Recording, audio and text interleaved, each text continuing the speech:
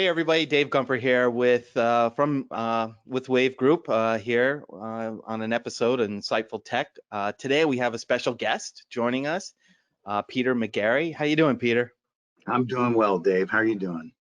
Doing great. Today's show we're going to kind of talk a little bit about fallen deals. In other words, contracts that don't make it to the table. So, before we get into that discussion, Peter, why don't you give people a little bit of clue about who you are and All right. where you've come from, your backgrounds, because I think that's important to establish here. Well, thank you, Dave. Well, when I came out of college and went into ad agencies, and I was 5 years in ad agencies as creative copywriting as well as working as an account executive. And then I moved directly into real estate in 1985 as a director of marketing and have been in the real estate operation space since 85, which is, quite a long time. And as a result, I have, it's been my honor and privilege to have been in the meeting in late 1994, early 95, when the interweb was discussed. And so the website began to report to me. And I watched the birth of IDX, and I watched and participated in the massive revolution that took place as a user base sprung up amongst the agents when MLSs went from dumb terminals to all of a sudden our tech departments were, instead of delivering data to leadership, they were now supporting a user base. And I actually had the IT department reporting to me at one time. Our real estate school reported to me. I was involved with essentially all of the strategic launches. And then I was COO of the third largest ERA in the nation, and then subsequently moved to Florida, and I worked as Chief Business Development Officer for Michael Saunders and Company. And now I am a founder and partner of McGarry Properties, and we are a company that purchases income property, as well as we identify best of class real estate operational software and systems to promote and advise clients on the best systems and processes to generate top and bottom line revenue. Yeah, great. Yeah, so very That much was a long elevator speech. It was a long elevator speech, but hey, that's cool.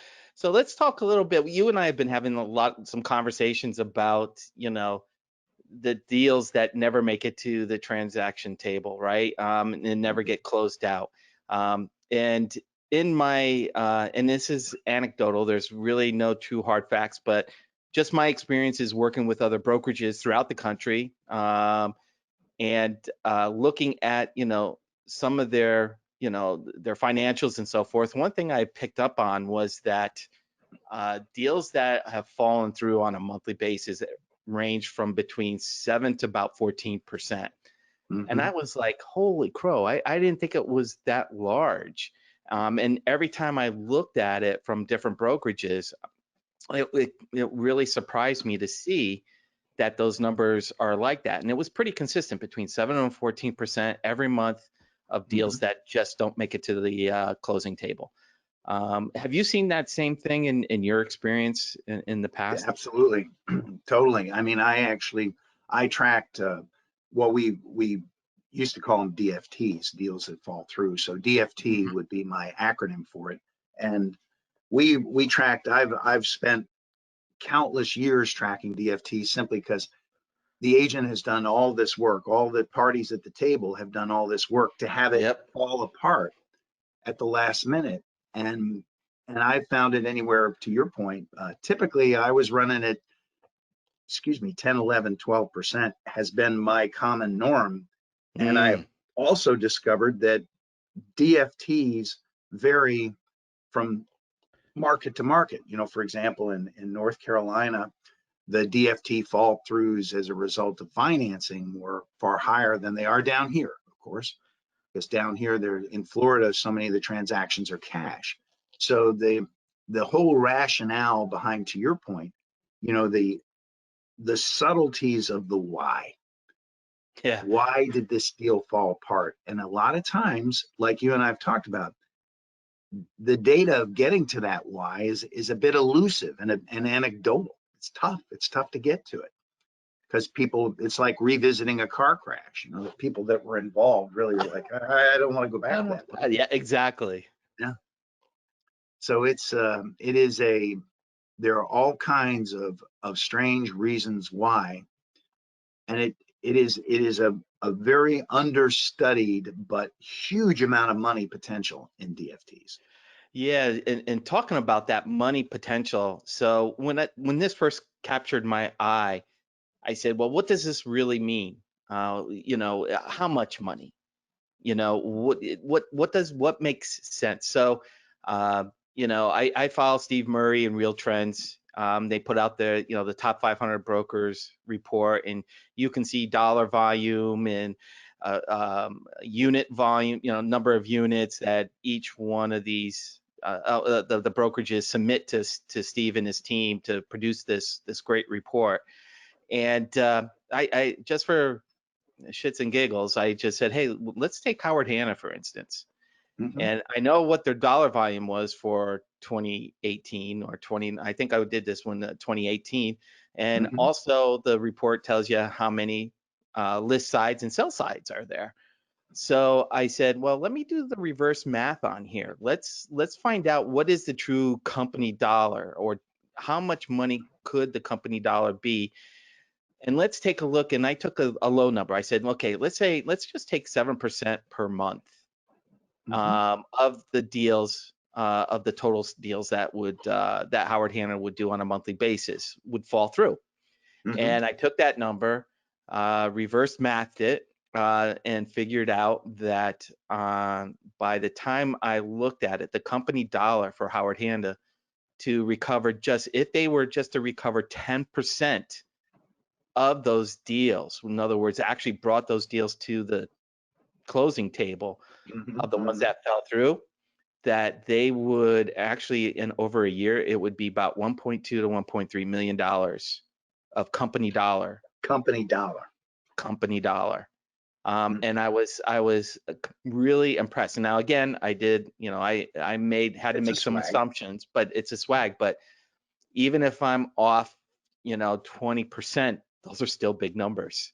Oh yeah. Um, and that's just in company dollar. That does not even include, when you take a look at agent splits with companies on an average, how much agent revenue was also lost, if or could be gained if that Mm-hmm. 10% of those deals were able to be salvaged, Well, and brought back to life. and to riff off the thought for a minute, Matthew Ferrara has this expression which I completely love, and that is that agents don't want your presence, they want your presence. So they want you to be in the moment, they want you to be there. So you Uh, say the DFT, the salvaging or the saving of a DFT or a near death experience with a transaction. That is a gift that the manager and leadership can bring to that agent when that agent recognizes that the deal has been snatched from the jaws of death. That manager uh, goes way up the food chain in terms of retention ability. So it's one of the fun things when you think about DFTs is, okay, so you've done this nuance of you shag the 10% that says, okay, here's the margin of potential gain of lost transaction. Then you introduce to that this retention flavor where the agent's sitting there and they're being wooed by another company, and all of a sudden they're reminded, hey, Dave saved me those deals. I'll be honest with you, I can't afford to be apart from him, his ability. Everybody laughs about the phrase deal doctoring, but the reality of it is that many of it is deal resuscitation. It's ER work, yeah. and the other, I think, just to kind of when we were talking about the nuances of the deal, the DFT data, I actually did more than a little bit of work on DFTs because, to your point, there's just so much cash on the table. There's so many elements, and you start saying, okay, well, certain deals, the cause of death. I mean, if you were to be as hard as that the cause of death may just be insurmountable. Like Yep. you say, this deal fell apart because of financing.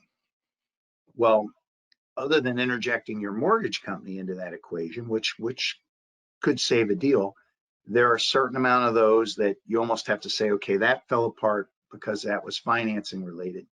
This one fell apart because of, all the various nuances that you look at and you say couldn't have been saved.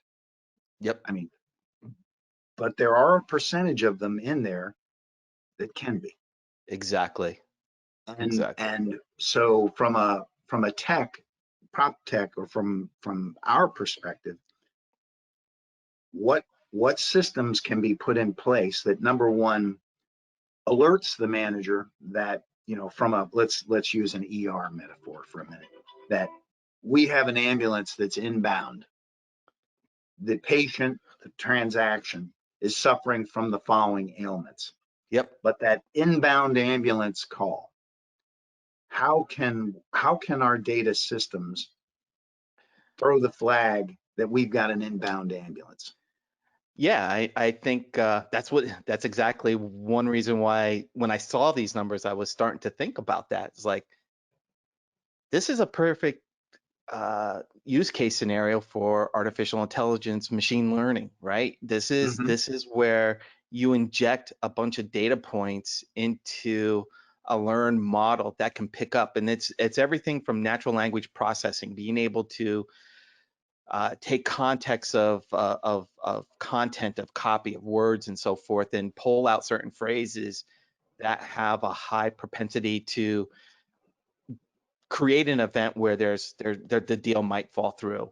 Mm-hmm. It could be other data points, as finding out that the person is on social media asking a bunch of questions, or they're searching for other homes on either the agent or the brokerage's website. I think there's a lot of data points out there. It's a question right now, and what I'm kind of investigating is talking to a lot of people to see to give me an opportunity to take a look at what those data points are and see if there's something that we can do about this.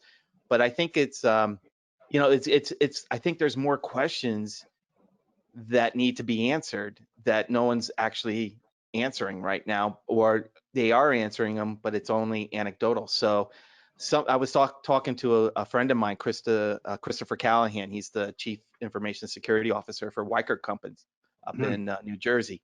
Big metal. Long time friend. Uh, uh, Worked together back in our Novartis pharmaceutical days. We were talking about this yesterday, and he was like, "Wow." He said, "Well, I would assume that most of these deals would fall through during attorney review." And I said, "You might, but nobody can tell you."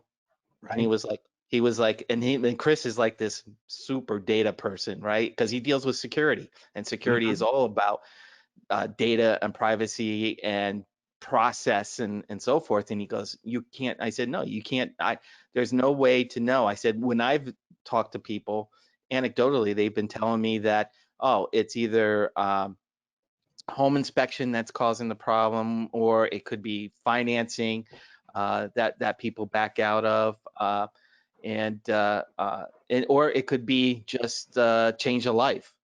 Some of these happen as Mm-hmm. well too, but nobody can tell you for fact the true data behind what are the reasons why deals have fallen through, and just even Mm-hmm. be able to take that initial step to see if there is how can you find, list all the different ways that a deal could fall through, and understand what percentage of them are in there. Now, that means you might have to go out and get some additional data from either the agent or the manager once a deal has fallen through. But I think there's still a lot that could be garnered or garnished out of this different systems and different data points that a brokerage has. So it will be interesting, to see if we get somebody that can come in and would want to volunteer and have us take a look at it. But Well, I think it you're just to riff on the thought for a minute of, so let's, for the sake of conversation, as you say, for giggles, let's stay with this idea of having the manager, that leadership at the branch level being notified that to stay with my metaphor, that there's an ambulance inbound, that we have a patient, the patient is sick, and to your point, we have determined that the patient is sick with the following causation, that they're suffering the following symptoms. And that's what you're saying, is to be able to get to those symptoms and to understand what they are. But you actually hit something a minute ago, which has always been the nemesis. And nemesis is not really the right word, but let's say the Achilles heel in the whole thing is that the agent is in the front line, they're in the trenches, and they're aware that the accident is about to take place. And in order for them to raise a flag and say, I got to head to the ER, my patient's in trouble, a lot of times, due to ego, whatever it happens to be, they may not even reach out to their branch leader until the patient is near dead or dead. Exactly. So to your thought of machine learning or keyword phrase searching leads me to believe that if you were in a situation as a brokerage where your sales associates are communicating on a central platform, like in other words, they're using the company email, which they should, by the way, but that's another story. Yes, that's another podcast. Another podcast in its own right, and the agent would make all kinds of reasons why they should not. Shouldn't. Yep. Because it limits their ability to migrate their personal brand, which is a whole other fun conversation. But to be able to somehow, without it being intrusive or a privacy violation, to have these phrases, these words actually generate some kind of a caution to the manager that says, we have a potential here for, the following phrases have been recently utilized in a stream, obscenity or a hand gesture, whatever it happens to be. Exactly. Whatever that data point is. But to somehow get the manager in it early. Because a lot of times, sometimes the agents, and I know this, when things are going awry, they feel it's their fault. They feel ashamed of it. Or they don't want to bring it to anybody's attention, or they feel that they have complete control and handle of the situation. When in reality, probably, I don't know, 7 or 8 out of 10 times, they could really use the help. And that's what the manager is there for. That's the proposition and the value add that a brokerage brings to an agent, and a brokerage that can do that. That's where you mentioned before the retention piece of it. I actually think if somebody actually did look at deals falling through and actually did produce a system that does this, it actually, for me, covers the 3 pillars of what everything should be evaluated on in a brokerage. And that is, retention of agents, recruiting of agents, as well as production, right? Because it increases production.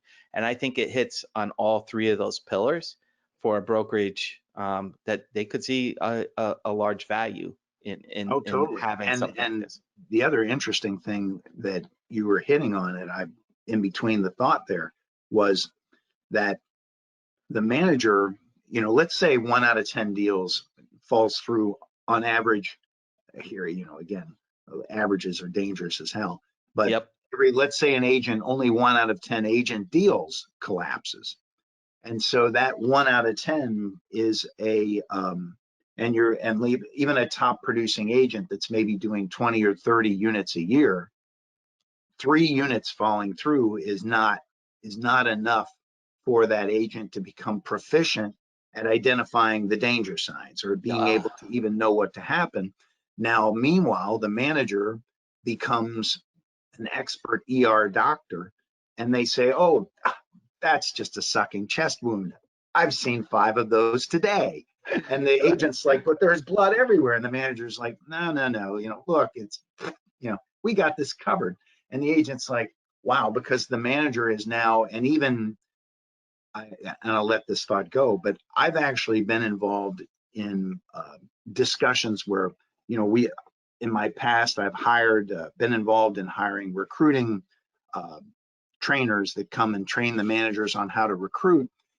And I've heard the concept of deal doctoring be maligned. as not the highest and best use of the manager. Oh, you're just deal doctoring. You're not recruiting, which is what you should be doing.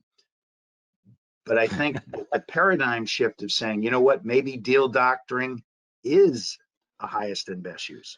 Yes. Yep. And for all we know, that there could be in the days of COVID, a company could have a central sensei who is someone who is just literally brought into the equation, to use, Pulp Fiction, that they are, you call the wolf, and the Yep. wolf comes in and is the cleaner and Yep. makes things go away. And maybe you've got a professional wolf that's, drives really fast. Yeah. No, I think there's a lot of opportunity here. And this is a great discussion. I mean, we could probably discuss this for another half hour, start getting into, I think there's also a huge education opportunity that, I know a lot of brokerages have a training department, right? Because it's all Mhm. about education and keeping your agents up to speed, not only on the technology, but on the business side, on their sales side. And what does that look like? I think this could be a lot of the learnings could be developed into insights to be able to educate agents so that they actually can become more aware of how their deals are going or the personalities or the behavior. Because I'm sure we could really take this a step further and start developing buyer and seller personas, so Mhm. that way Oh, you yeah. can anticipate what the propensity is of a deal that falls through right from the beginning, just the minute that happens. But that's way down the line. But Oh, anyway. I know, but the before we leave this thought, the other is that one of the challenges every company faces is the best recruits that you can bring on are agents that are brought on by your agents. Birds of a Yep. feather flock together. You've got Yep. agents that have the same value set. They meet someone at the closing table that needs to be with you, but the agents have a natural propensity towards scarcity. So they're reluctant to bring other hunters into the camp because they feel like the other hunter is going to take their food source. And so I was trying to nuance out how much better would a transaction be if you had the same agent on both sides of the transaction. And I fell down a rabbit hole. I couldn't get to the data point because I ran into other issues with DFTs, which was the one that blew my mind, was that the DFT rates were so high with a single agent on both sides of the transaction, that the DFTs were high because you had one agent who was responsible for two DFTs. They had the list side and the buy side, and it fell through, so they had two DFTs. So you've got to kind of nudge those out of the data set. Yep. Yep. So, but it would be very interesting to use your machine learning idea, and even with, to try to figure out what are those data points and what are the best systems out there to be able to accomplish a higher survival rate. Yep. No, exactly. And it's even to understand the reasons why a DFT occurs. I think it's still yeah, there's a lot of things that we could talk about more on this, but I do want to be cognizant of your time, and I know we both have to get going here pretty Yeah. soon. But hey, Peter, I just want to say thank you very much for joining me today, and I'm sure we're going to have more conversations, not only on DFTs but on other topics, because we tend to have that kind of rapport where we kind of leave things open. So, but thank you very much for joining us today. I really appreciate it, and thank you all for listening. And hopefully, you'll find some value in this podcast. So, thank you very much, and have a great day. Thank you, Dave. You too. Bye All bye. right. Bye bye. If you're interested in seeing how you could add to this conversation, or have some interest in saying, let's take this conversation just a little bit further, please get a hold of me. Would love to talk with you and see how we can solve this problem. All right. Thank you very much and have a great day. Bye.